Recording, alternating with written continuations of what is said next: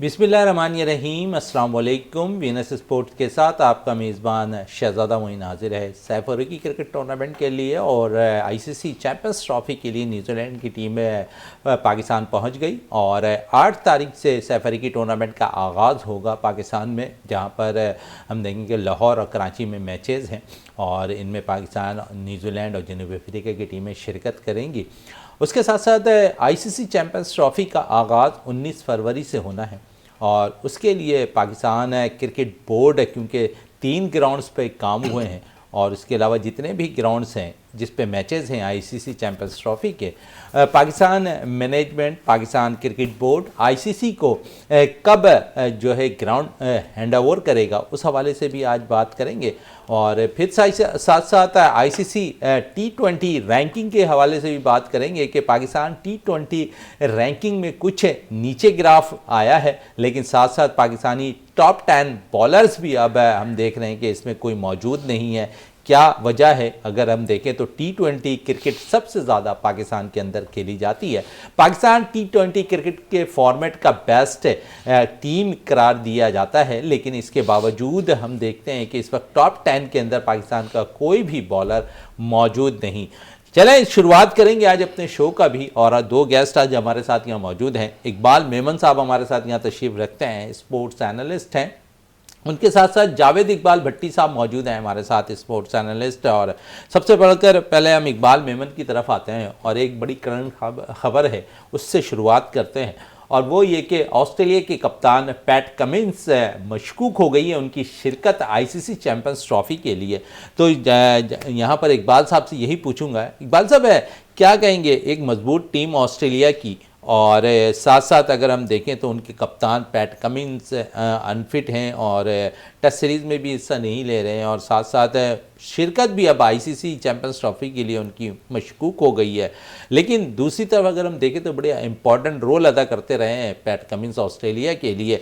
गो के अभी स्मिथ कप्तानी कर रहे हैं ऑस्ट्रेलिया की। आप समझते हैं कि पैट कमिंस का नुकसान होगा आईसीसी चैंपियंस ट्रॉफ़ी में अगर पैट कमिंस टीम का हिस्सा नहीं बनते ऑस्ट्रेलिया के? क्योंकि अगर हम देखें तो साबका क्रिकेटर्स और ख़ासकर इंडियन क्रिकेटर्स रवि शास्त्री ने बयान दिया कि ऑस्ट्रेलिया और भारत की टीम फेवरेट है आईसीसी चैंपियंस ट्रॉफ़ी के लिए। बिल्कुल सही कह रहे हैं, और सिर्फ ये नहीं कि वो कैप्टन है और बॉलर है, बल्कि दुनिया के बेहतरीन फास्ट बॉलर्स में से आते हैं, टॉप 5 के इस वक्त हैं, और एज अ कैप्टन मेरा ख्याल है टॉप 2 या 3 में आते हैं वो। तो उसका तो इम्पैक्ट डेफिनेटली पड़ेगा। स्मिथ ने काफ़ी अरसे से कप्तानी नहीं की, तो ये है कि, और दूसरा ये है कि क्राउड का भी बड़ा फ़र्क पड़ेगा, क्योंकि देखें पैट कमिंस को बहुत सारे लोग फॉलो करते हैं और बहुत पसंद करते हैं, और स्पेशली इस तरह के जो फास्ट बॉलर्स होते हैं जिस तरह पैट कमिंस है, मिचेल स्टार्क है, हेज़लवुड है, ऐसे बॉलर्स को लोग दुनिया भर में फ़ॉलो करते हैं, और जो अपने ऑडियंस हैं, नाजरीन हैं, वो जो है ये चाहते होंगे कि पैट कमिंस को बॉलिंग कराते देखें। और डेफिनेटली अब मगर ये कि बॉलर्स को, ये जो फास्ट बॉलर्स हैं और जो तेज़ कराते हैं, उनको ये निगलिंग इंजरीज़ होती रहती हैं, लेकिन हम उम्मीद करते हैं कि वो वर्ल्ड कप के लिए जो है फ़िट रहेंगे, क्योंकि टेस्ट मैच नहीं खेल रहे आखिरी जो श्रीलंका में है। लेकिन यह है कि उससे ऑस्ट्रेलिया को बहुत बड़ा धचका होगा अगर वो नहीं खेलते। भले स्मिथ जो है उनका रिकॉर्ड भी अच्छा है, लेकिन ये कि अभी करीब में कोई उन्होंने ऐसी ख़ास जो है उनको कैप्टनशिप नहीं मिली है, क्योंकि ये पैट कमिंस ज़्यादातर जो है फ़िट रहे हैं। और दूसरी बात यह कि पैट कमिंस एक ऑलमोस्ट बॉलिंग ऑलराउंडर हैं, क्योंकि जो अभी करीब में ही जो भी मैचेस हुए हैं उसमें उन्होंने बैटिंग भी अपनी अच्छी दिखाई है। तो इसका बहुत बड़ा फ़र्क पड़ेगा ऑस्ट्रेलिया को, और मेरे हिसाब से ठीक है, हालांकि ऑस्ट्रेलिया के पास हमेशा बैकअप होता है, लेकिन ये कि क्या बैकअप इस मयार का है जिस मयार के पैट कमिंस हैं, इस पे हमें क्वेश्चन मार्क है। चलें, क्वेश्चन मार्क है पैट कमिंस के हवाले से। और साथ साथ आईसीसी ने आज जो टेस्ट, वनडे रैंकिंग और T20 रैंकिंग दी है, उस हवाले से जावेद इकबाल भट्टी से बात कर लेते हैं। जावेद साहब, अगर हम देखें तो वेस्ट इंडीज़ के T20 के बॉलर अकील हुसैन इस वक्त नंबर 1 बॉलर हैं। आदिल रशीद इंग्लैंड के नंबर 2 पोजीशन पर फाइज हैं। टॉप 10 के अंदर अगर T20 में हम देखें तो हमारे पास 2 बैटर्स मौजूद हैं। नंबर 7 पर पोजीशन पर फाइज हैं पाकिस्तान के साबका कप्तान बाबर आजम, और उसके साथ हालिया कप्तान इस वक्त जो मोहम्मद रिजवान हैं वो 9वें नंबर पर मौजूद हैं। तो क्या कहेंगे, हमारे पास अब देखते हैं कि T20 फॉर्मेट के हम अच्छे टीम कहलाई जाती है हमारी टीम, लेकिन इसके बावजूद हमारे टॉप 10 के अंदर इन 2 बैटर्स के अलावा कोई बैटर्स नहीं आ रहे, क्योंकि थोड़ी सी अगर छलांग मारी थी यहाँ पर हमने साइम को देखा, लेकिन इंजरी के बाद शायद वो बाहर हो गए, फिर मैचेस नहीं खेल पा रहे। लेकिन टॉप 10 के अंदर हमारे पास अभी भी बॉलर मौजूद नहीं है T20 क्रिकेट में। ये सबसे बड़ा देखें, हमारी जो T20 की क्रिकेट है वो काफ़ी अरसा नहीं, तकरीबन आप देख लें कि 6-7 महीनों से हमारी जो T20 की परफॉर्मेंस है एज ए पाकिस्तान टीम जो है कोई ऐसी शानदार परफॉर्मेंस नहीं रही। और गो कि हमने काफ़ी अरसा हो गया सीरीज़ जो है सिर्फ हमने जिम्बाब्वे से T20 की सीरीज़ जीती है, बकाया हमारी कोई ऐसी ख़ास परफॉर्मेंस नहीं। और तसलसल के साथ जो है हमारे वही बॉलर्स जो हैं वो T20 में जैसे कंटिन्यू करते आ रहे थे, किसी भी कोई परफॉर्मेंस नहीं। ये सबसे मेन वजह ये है कि T20 फॉर्मेट में हमारी जो परफॉर्मेंस है वो दिन ब दिन ज़वाल पजीर है, जिसका शाखसाना हमें जो वर्ल्ड T20 रैंकिंग है उसमें हमारा एक भी बॉलर शामिल नहीं है। तो ये बहुत ही फ़िक्रमंद लम्हा है पाकिस्तान क्रिकेट के लिए, क्योंकि हम हमेशा से T20 में लास्ट टाइम एक ऐसा टाइम होता था सरफराज की क़यादत में कि हम कंटिन्यू 7-7 सीरीज़ जीत रहे थे T20 की, और हमेशा हमारे बैट्समैन और बॉलर जो होते थे वो आलमी रैंकिंग में बिल्कुल डोमिनेट कर रहे होते, नंबर 2, नंबर 1, नंबर 3 इन्हीं नंबर्स पर होते थे। लेकिन जब से हमारा ये T20 जो गेम है ये बिल्कुल चेंज हो गया है, इसमें हम जब पस्तियों की तरफ जा रहे हैं तो इसका असर जो है आलमी रैंकिंग पे भी पड़ा है, जो इंटरनेशनल क्रिकेट काउंसिल जारी करती है, वो चाहे बैट्समैन हो या चाहे बॉलर। जैसे अभी रिजवान को देख लें या बाबर को देख लें, कोई इतना तसलसल नहीं है परफॉर्मेंस में, इसीलिए बाबर आजम 7वें नंबर पर स्टैंड कर रहे हैं और रिजवान 9वें नंबर पर। एक मकसद टाइम ऐसा था कि हमारे ये दोनों प्लेयर जो है कभी नंबर 1 और कभी नंबर 2 होते थे, नंबर 1 और 2 की जंग जो है इन्हीं के दरमियान रहती थी। लेकिन ये कि हमारी जो परफॉर्मेंस है वो T20 में अच्छी नहीं रही, और जिसकी वजह से जो है आलमी रैंकिंग में बहुत ज़्यादा जो है हम नीचे की तरफ आ गए। आप कह रहे हैं रैंकिंग में बहुत ज़्यादा नीचे की तरफ आ गए हैं। चलें, ये तो रैंकिंग की बात हो गई, लेकिन जोश और वलवला अभी तक ख़त्म नहीं हुआ है शायकीन क्रिकेट का। और जिस तरह पाकिस्तान के अंदर ICC चैम्पियंस ट्रॉफी हो रही है और सैफ अली की क्रिकेट सीरीज़ हो रही है, इस पर भी बात कर लेते हैं जावेद साहब से। और जावेद साहब, जोश जज्बा शायकीन क्रिकेट का ख़त्म नहीं हो रहा है, और टिकटों के लिए अगर हम देखें तो बाकायदा लाइन इतनी लंबी लगी हुई है, लगता है कोई चीज़ फ्री में बट रही हो। आपने किस तरह देखा? और फिर खासकर पाकिस्तान की बात तो छोड़ें, दुबई के मैचेस के हवाले से भी अगर हम देख लें तो वहाँ पर भी रिकॉर्ड तोड़ टिकट बिक चुके हैं।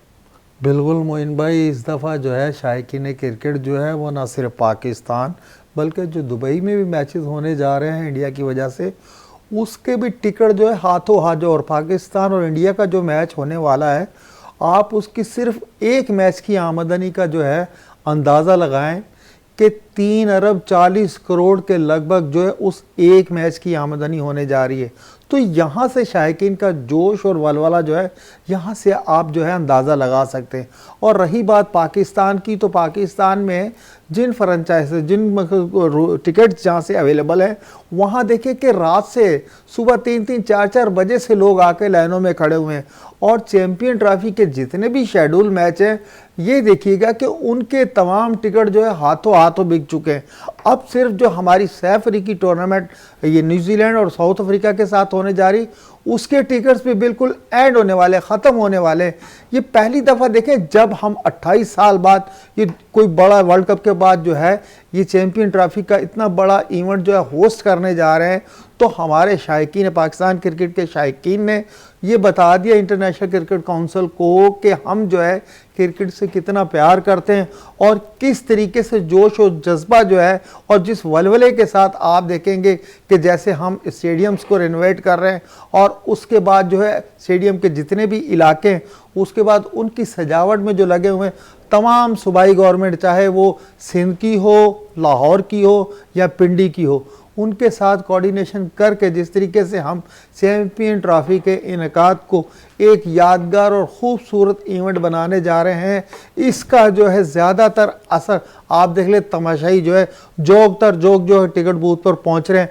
और जैसे चैंपियन ट्रॉफी की मैंने आपको बताया, तमाम टिकटें जो है सेल आउट हो गई। अब सिर्फ जो है पाकिस्तान की जो सैफ रिकी होने जा रहा है उसकी चंद एक टिकटें बची हैं। वो लगता है कि वो भी जो है आज तक खत्म हो जाएगी। बची हैं, वो टिकटें भी अब फरोख्त हो गई हैं और शायकीन क्रिकेट बेताबी से इंतज़ार कर रहे हैं 8 फरवरी का, जहां पर बाकायदा सैफारिकी टूर्नामेंट का आगाज़ होगा। फिर 19 फरवरी से हम देखेंगे कि आईसीसी चैम्पियंस ट्रॉफ़ी का आगाज़ होना है।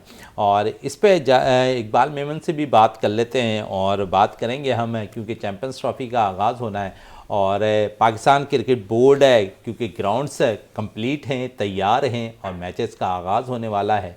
और कब पाकिस्तान टीम जो है पाकिस्तान क्रिकेट बोर्ड आईसीसी को सुपुर्द करता है ग्राउंड से, उस पर भी बात कर लेते हैं, क्योंकि 8 और 10 तारीख को लाहौर में मैच है और 11 तारीख को हमने आईसीसी को सुपुर्द कर देना है ग्राउंड, जो उनके हवाले करना है। फिर लाहौर की गद्दाफ़ी स्टेडियम को, फिर कराची की बारी है और national bank cricket stadium Karachi में भी 2 शेड्यूल मैच हैं सैफारिकी टूर्नामेंट के, 12 और 14 तारीख को।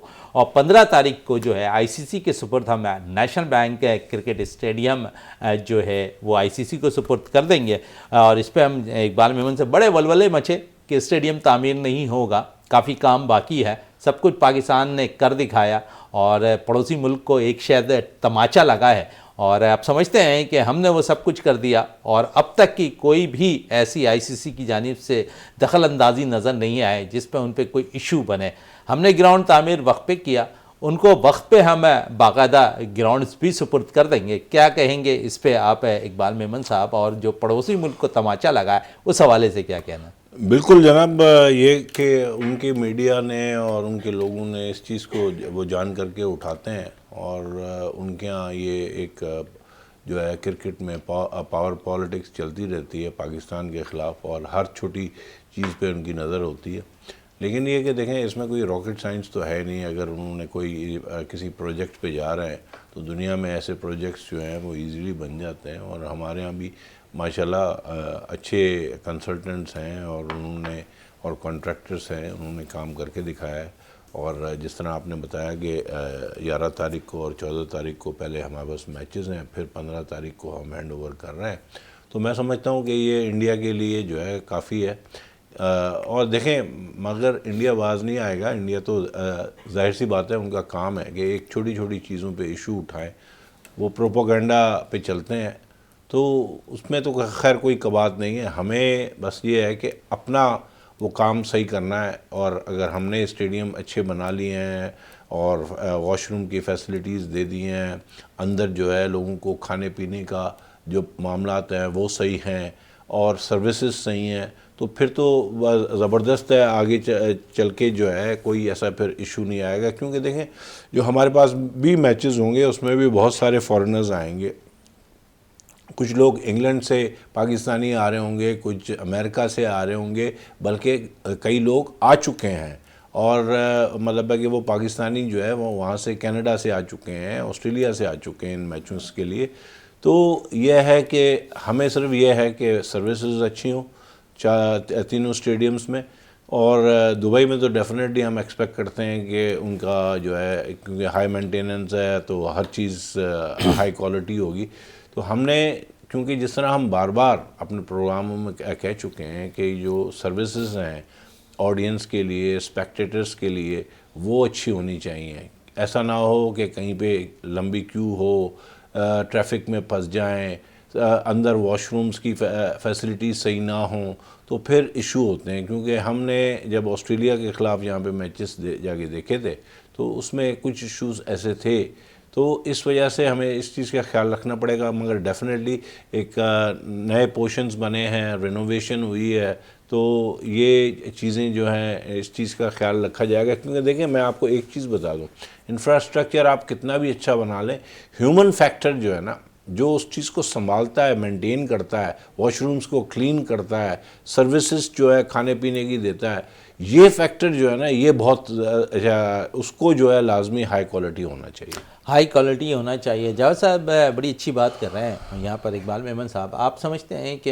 ये वो फैसिलिटीज़ हैं जहाँ शायकीन क्रिकेट को जो है बआसानी चीज़ें मिल जानी चाहिए। फिर अगर मैं नेशनल बैंक क्रिकेट स्टेडियम की बात करूँ तो वहाँ पर भी अब देखें कि जिस तरह तामीर हो चुके हैं स्टेडियम, लाइटें लग चुकी हैं, रोशन कर भी दिखा दिया गया है कि कितनी पावर की लाइटें हैं। और साथ साथ शायकीन क्रिकेट की ये बात कर रहे हैं, बहुत ही खूबसूरत नज़ारा पेश कर रहा है अब national bank cricket stadium Karachi भी। लाहौर का भी मंजर आपने भी देखा है, national bank cricket stadium Karachi के भी देखा। फैसिलिटीज़ की बात कर रहे हैं तो हम समझते हैं कि इस दफ़ा national bank cricket stadium Karachi में वो तमाम फैसिलिटीज़ शायकीन क्रिकेट को मिलेंगी जिसका वो जो तवक्को कर रहे हैं। सिर्फ शायकीन क्रिकेट पाकिस्तान के नहीं, गैर मुल्कियों को भी, क्योंकि मैचेस गैर मुल्की भी आकर यहाँ देख रहे हैं आईसीसी चैंपियंस ट्रॉफी के, तो आप समझते हैं कि ये एक अच्छा साइन जाएगा पाकिस्तान की जानिब से।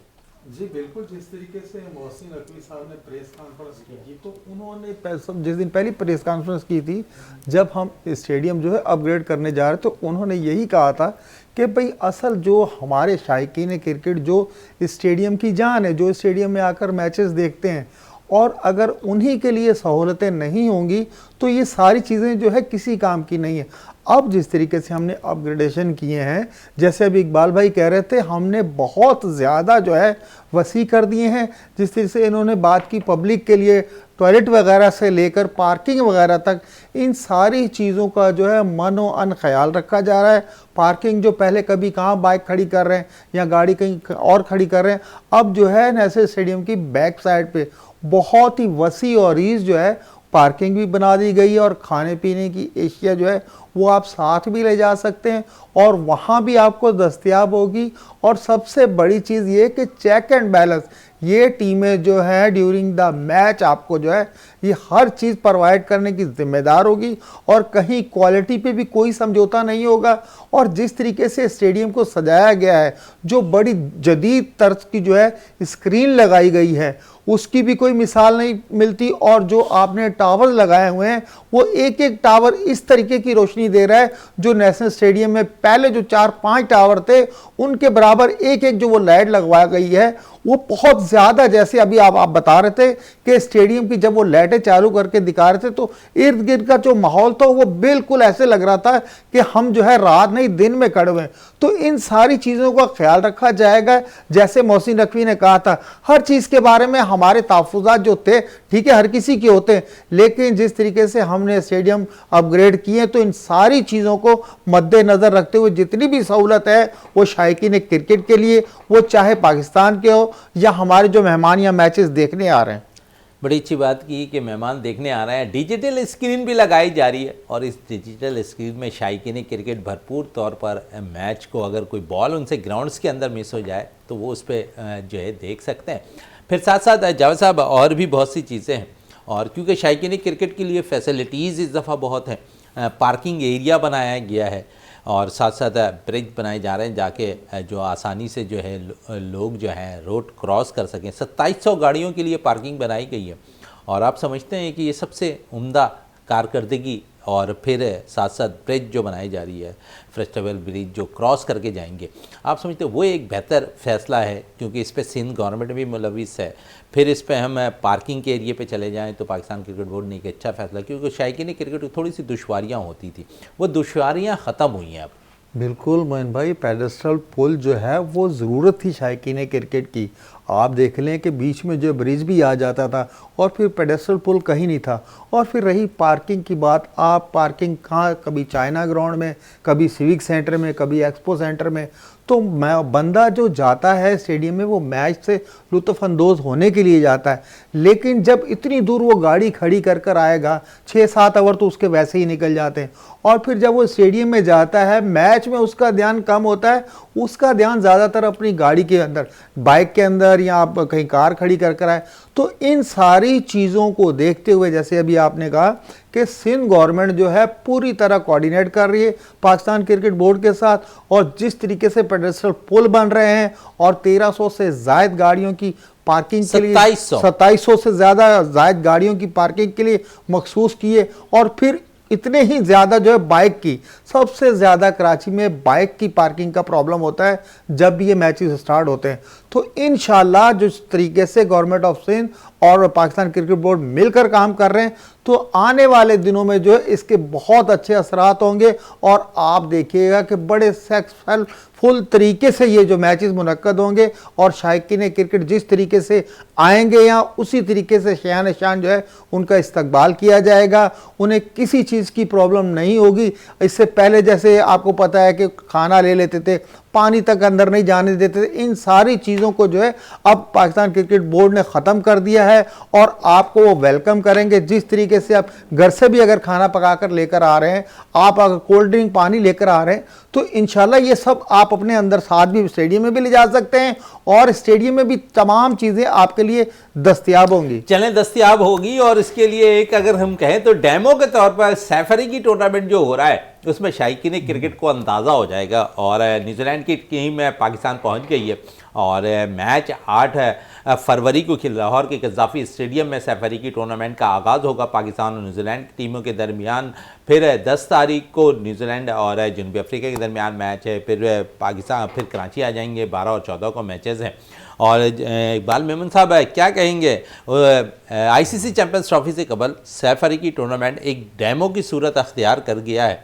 वो तमाम लाइट्स, वो तमाम डिजिटल स्क्रीन, वो तमाम ही पेरिस्टर ब्रिज, वो तमाम ही कार पार्किंग, ये एक बड़ा इम्तहान होगा पाकिस्तान क्रिकेट बोर्ड के लिए। और क्योंकि शायकीन के लिए उन्होंने सारी चीज़ें रखी हैं, और ये सब चीज़ अगर इस मैचेस के अंदर आप देखेंगे तो यहाँ हमें यकीन हो जाएगा कि आईसीसी चैंपियंस ट्रॉफी यकीनन बेहतर अंदाज में होगी। देखें, अच्छी बातें तो की जा सकती हैं, और मुझे लगता है कि आज जावेद साहब बिल्कुल स्पोक्स पर्सन हो रहे हैं उसके पीसीबी के। लेकिन मैं आपको एक बात बता दूं कि ह्यूमन फैक्टर जो है ना, वो पाकिस्तान में बहुत प्रॉब्लम है। जहाँ पे सिफारिशी निज़ाम हो ना, उसको आप कहीं से भी दूर नहीं कर सकते। और पिछले मैचेस में भी ये हुआ कि आपको ऑनलाइन जो है कार्ड भेजे गए, आप कार्ड लेके गए, अंदर से उन्होंने जो है क्यूआर से चेक किया, बोला नहीं ये आपका कार्ड नहीं है, और फिर जो है मज़ीद ब्लैक में लोगों को लेना पड़ा।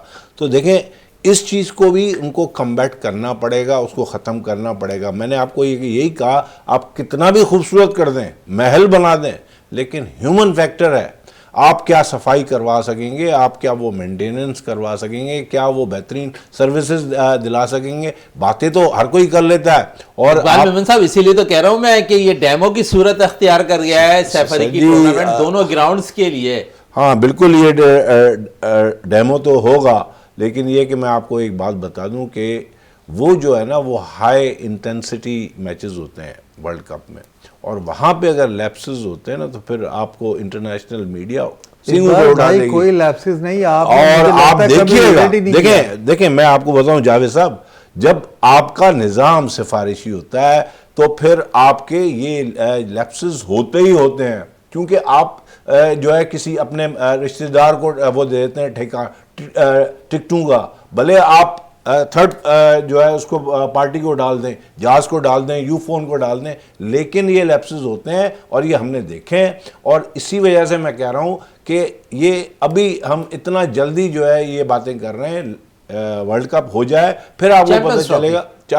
मतलब ये कि है तो वर्ल्ड लेवल की ना, तो चैंपियंस ट्रॉफी, तो फिर आपको पता चल जाएगा कि कहाँ कहाँ है। अच्छी बातें मैं भी कर सकता हूँ, लेकिन मुझे पता है कि देखें ह्यूमन फैक्टर है, सिफारिशी निज़ाम है, जो लोग बैठे हैं वो सिफारिशी हैं, और वो जो है जिनको लेके आएंगे, जारी बात है वो या उनके मामे का बेटा होगा या चाचे का बेटा होगा, माय सन या माय डॉटर, तो फिर ये इश्यूज़ होंगे। और हमें हमेशा वो बात करनी चाहिए जो सही होती है हमारे मुल्क में। एक बार जो चीज़ें सही होती हैं उस पर काम करने की ज़रूरत नहीं पड़ती, और जो चीज़ें गलत होती हैं उस पर काम करने की ज़रूरत होती है। इकबाल मेमन साहब कह रहे हैं कि डी फैक्टर ज़रूर होगा यहाँ पर, और उनको कोशिश करनी है कि इन मैचेस जो अभी सैफरीकी के होने हैं इनमें वो चीज़ें दूर कर दी जाएं। चले, न्यूजीलैंड की टीम पाकिस्तान पहुंच गई है और जावेद इकबाल भट्टी साहब सैफरीकी टूर्नामेंट का आगाज़ होगा 8 तारीख से। क्या कहेंगे, कैसा इस सैफरीकी टूर्नामेंट के लिए पाकिस्तान के लिए ख़ासकर बड़ा इम्तहान होगा अपनी 11 रुकनी स्क्वाड का बेहतर बनाने के लिए, क्योंकि जहां पर सैफरीकी में 8 तारीख को पाकिस्तान जनूबी अफ्रीका के ख़िलाफ़ मैच खेलेगी अपना इफ्तिताई, वहीं 19 फरवरी को आईसीसी चैंपियंस ट्रॉफ़ी के लिए भी पाकिस्तान टीम न्यूजीलैंड से मद्दे मुकाबिल होगी अपने होम ग्राउंड पर। लेकिन बड़ा एडवांटेज ये होगा पाकिस्तान को कि अगर यहाँ पर मैच में वो कामयाबी हासिल होती है तो 19 को बड़े दिल के साथ हम जाएंगे। जी बिल्कुल मोइन भाई, जिस तरीके से हमने पाकिस्तान क्रिकेट बोर्ड ने हमारी कौमी टीम के स्क्वाड का ऐलान किया है और उस पर जो है कई प्लेयर ऐसे हैं जिनके ऊपर कई लोग जो है तनकीद कर रहे हैं कि भाई इस प्लेयर को नहीं होना चाहिए था, इसको होना चाहिए था, इसको नहीं तो इसको होना चाहिए था। और फिर अभी आपने सही कहा कि जब हम ये सैफरीकी टूर्नामेंट खेलेंगे, जो हमारी 11 प्लेयर्स की साइड उतरेगी मैचेस में, और ये जो सैफरीकी टूर्नामेंट है ये साउथ अफ्रीका, न्यूजीलैंड और पाकिस्तान इन तमाम के लिए चैम्पियन ट्रॉफी से पहले बहुत ही अहम है। लेकिन जो होस्ट कर रहा पाकिस्तान हमारे क्रिकेट टीम के लिए सबसे ज़्यादा मायने रखता है कि हमारे जो लड़के हैं, जो हमने स्क्वाड ऐलान किया है, वो जो 11 रुकनी दस्ता जो है न्यूजीलैंड और साउथ अफ्रीका के जो मैचेस खेलेगा और जो उसके रिज़ल्ट होंगे, उसके रिज़ल्ट ही ये फ़ैसला करेंगे आया के सिलेक्शन कमेटी ने जो है ये टीम जो अनाउंस की है, बिल्कुल जिस मयार का वो क्रिकेट चाह रहे थे उसी मयार के तमाम प्लेयर जो हैं, मकसद जैसे फ़हीम अशरफ हो गया, खुशदिल हो गया, और आपने स्पिनर जैनवन जो है एक ही जो है अबरार रखा है। अगर इन्हीं प्लेयर्स के साथ आपको एक अच्छे रिज़ल्ट मिलते हैं सैफरीकी टूर्नामेंट में, तो कम अज़ कम ये जो नाकदीन तनकीद कर रहे हैं या कुछ ऐसे हैं बिल्कुल कहने में हक बजानिब है कि ये प्लेयर यहाँ से आ गया, ये सियासी सिफारिश से आ गया, जैसे अभी इकबाल भाई कह रहे थे कि जो कल्चर है, तो इन सारी चीज़ों के तनाजुर में अगर हम देखें तो ये सैफरीकी टूर्नामेंट जो है ख़ास कर पाकिस्तान क्रिकेट टीम के लिए और पाकिस्तान की सिलेक्शन कमेटी के लिए बहुत ही ज़्यादा अहमियत का हामिल होगा। इसके जो रिज़ल्ट होंगे वो हमारी कारकर्दगी का जो है एक इशारा पेश होगा। इन अशारियों के बदौलत जब हम चैम्पियन ट्रॉफी की तरफ कदम बढ़ाएंगे तो हमें पता ये चल जाएगा कि हमारी जो सिलेक्शन कमेटी ने टीम सेलेक्ट की है, उनके ये जो है सिलेक्शन कमेटी की जो है ये टीम बिल्कुल दुरुस्त थी, और इसके नताइज जो है वो बता रहे हैं कि उन्होंने बिल्कुल अच्छी टीम सेलेक्ट की। लेकिन इनकी परफॉर्मेंस जिस तरीके की नाकदीन कह रहे हैं, अगर थोड़ी सी भी नीचे की तरफ हुई तो जो तनकीद बराए तनकीद चल रही है वो हकीकत में जो है सिलेक्शन कमेटी को भी आके आड़े हाथों लेगी, और पाकिस्तान क्रिकेट टीम में जिन प्लेयर को शामिल किया है उनको भी आड़े हाथ लेगी। और मोइन भाई आप बिल्कुल सही कह रहे हैं, ये सैफरीकी टूर्नामेंट जो है पाकिस्तान की कारकर्दगी का पता चलेगा कि आया के जो हमारी टीम है वो किस डगर की तरफ जा रही है। बड़ी अच्छी बात की, किस डगर की तरफ जा रही है, और साथ साथ ये बड़ी ये चैंपियंस ट्रॉफी बड़ी अहमियत का हामिल है। और इसमें थोड़ी सी बात कर लें, क्योंकि अंपायरिंग के भी फ़राइज़ अंजाम देने हैं अंपायर्स को, और इसमें अगर हम बात करें तो कराची, लाहौर, पिंडी और दुबई में मैचेस हैं, और 8 टीमों के 12 अंपायर इस इवेंट के अंदर शिरकत कर रहे हैं। 2017 पाकिस्तान ने चैंपियंस ट्रॉफी में कामयाबी हासिल की, और फाइनल मैच में जो एम्पायरिंग करने वाले रिचर्ड एक दफ़ा फिर वापसी हुई है उनकी, और वो 108 मैचेस में वो अपनी एम्पायरिंग के फ़राइज़ अंजाम दे चुके हैं। और इकबाल मेमन साहब आपकी तरफ आऊँ और यही मैं पूछूं कि एम्पायरिंग का रोल बड़ा इंपॉर्टेंट हम समझते हैं, लेकिन बड़ी टेक्नोलॉजी आने के बावजूद भी हम देखते हैं कि जो थर्ड एम्पायर का फ़ैसला होता है उसमें कुछ ना कुछ 19-20 की गलतियां हो ही जाती हैं, और आप समझते हैं कि अब उन चीज़ों को ख़त्म हो जाना चाहिए, क्योंकि जितनी टेक्नोलॉजी जदीद होती जा रही है हम समझते हैं कि फ़ैसले भी बाद मैचेस में हमने देखे कि गलत होते दिखाई दिए हैं। बिल्कुल आप सही कह रहे हैं, लेकिन ये कि अगर जब ये मामलात जो है कैमरा में चले गए और रिव्यूज़ में चले गए तो उससे बेहतरी तो बहुत आई है, लेकिन ये कि थर्ड एम्पायर्स ने भी कहीं कहीं गलतियाँ की हैं। लेकिन अगर आप देखें तो हमने जो है उस चीज़ को 70% इम्प्रूव किया है, ठीक है ना। लेकिन ये कि जो है लैप्सेस हो जाते हैं, ह्यूमन एरर हो जाता है। हालांकि थर्ड एम्पायर से गलती होनी नहीं चाहिए, हम ये उम्मीद करते हैं कि 99% वो गलती नहीं करेगा, लेकिन ये कि कहीं ना कहीं 1% पे आके वो जो है गलती कर जाता है। लेकिन देखें, मैं आपको बताऊं कि वो जो पहले जो टोटल ह्यूमन फैक्टर था जिसमें बहुत सारी गलतियां होती थी, बल्कि गलतियां नहीं होती थी बल्कि वो की जाती थी जानबूझ के। और जब इंडिया में मैचेस होते थे तो हम लोग इंडिया को ब्लेम कर रहे होते थे, जब पाकिस्तान में हो रहे होते थे तो वो इंडिया वाले या दूसरी टीमें जो है ब्लेम कर रही होती थी। फिर आपको याद है कि माइक गैटिंग और शकूर राना का वाक़या हुआ। तो ये चीज़ें जो है ना फिर आहिस्ता आहिस्ता ख़त्म हो गई, और हमारे ही एक कप्तान थे जिन्होंने जो है ये बात उठाई आईसीसी में, और फिर ये न्यूट्रल अंपायर्स का सिलसिला आया और उन्होंने रेफरेंस जो है वो हॉकी और फुटबॉल और दूसरी देगर गेम्स के लिए कहा कि अपने अंपायर्स ना हों, न्यूट्रल अंपायर्स हों। तो उससे बहुत फ़र्क पड़ा है। लेकिन शहजादा आपकी बात बिल्कुल सही है कि थर्ड अंपायर्स कहीं ना कहीं गलती कर जाते हैं और ह्यूमन एरर है, और उनकी परसेप्शन के मुताबिक जो आउट होना चाहिए वो आउट नहीं होता, और जो आउट नहीं होना चाहिए वो आउट हो जाता है। लेकिन ये कि बल्कि मैं 1% भी नहीं कहूँगा, ये 0.001% ऐसा हो जाता है। लेकिन ये कि उसका इम्पैक्ट बड़ा आ सकता है कि कोई अच्छा खिलाड़ी अगर बहुत अच्छा खेल रहा है, अब जिस तरह बाबर आजम खेल रहा है और 100 पे खेल रहा है और फिनिश करने जा रहा है, और उसके ख़िलाफ़ अगर ऐसा जो है डिसीजन आ जाता है तो फिर तो वह डेफिनेटली उस टीम के लिए नुकसानदेह हो जाता है। इसी में मैं थोड़ा सा जावेद साहब से भी पूछना चाहूँगा। जावेद साहब क्या कहेंगे, जदीद टेक्नोलॉजी की अगर हम देखें तो थर्ड एम्पायर से भी फैसला गलत होता है, लेकिन खासकर क्योंकि मैं इस वक्त बात कर रहा हूँ पाकिस्तान के अंदर आईसीसी चैंपियंस ट्रॉफी हो रही है, फिर साथ साथ दुबई में भी मैचेस हैं, और उसमें जिस तरह मैंने रिचर्ड की बात की 108 मैचेस उन्होंने फ़राइज़ अंजाम दे चुके हैं मैचेस के अंदर, और कितनी अहमियत का हामिल समझते हैं आप रिचर्ड को। और क्योंकि 2017 में भी के फाइनल मैच में भी उन्होंने जो है अंपायरिंग के फ़राइज़ अंजाम दिए, और एक दफ़ा फिर काफ़ी अरसे के बाद वो वापसी हुई है आईसीसी के इवेंट के अंदर। बिल्कुल मोहित भाई, रिचर्ड लैंगवर्थ जो है आपको पता बहुत ही सीनियर अंपायर है, और लास्ट टाइम भी चैंपियन ट्रॉफी के फाइनल में थे, और उनकी आपको पता है कि बहुत अच्छी, जिस तरीके से आपको पता है कि वो बेस्ट में आ रहे हैं, जैसे हमारे अलीम डार होते थे, स्टीव बकनर होते थे, उन्हीं की सब में खड़े हुए हैं वो रिचर्ड भी। लेकिन मोहित भाई आजकल जितनी ज़्यादा जदीद टेक्नोलॉजी आ गई, आपको पता है ऑन फील्ड जो अंपायर होते हैं वो बिल्कुल जो है अपने ऊपर तो रखते नहीं, ज़रा सी देखे एक रन आउट, और वो ऑन फील्ड अंपायर को भी पता है कि ये बहुत बड़ा रन आउट है, लेकिन वो फ़ौरन जो है वो टेक्नोलॉजी की तरफ रुजू करता है, थर्ड अंपायर की तरफ।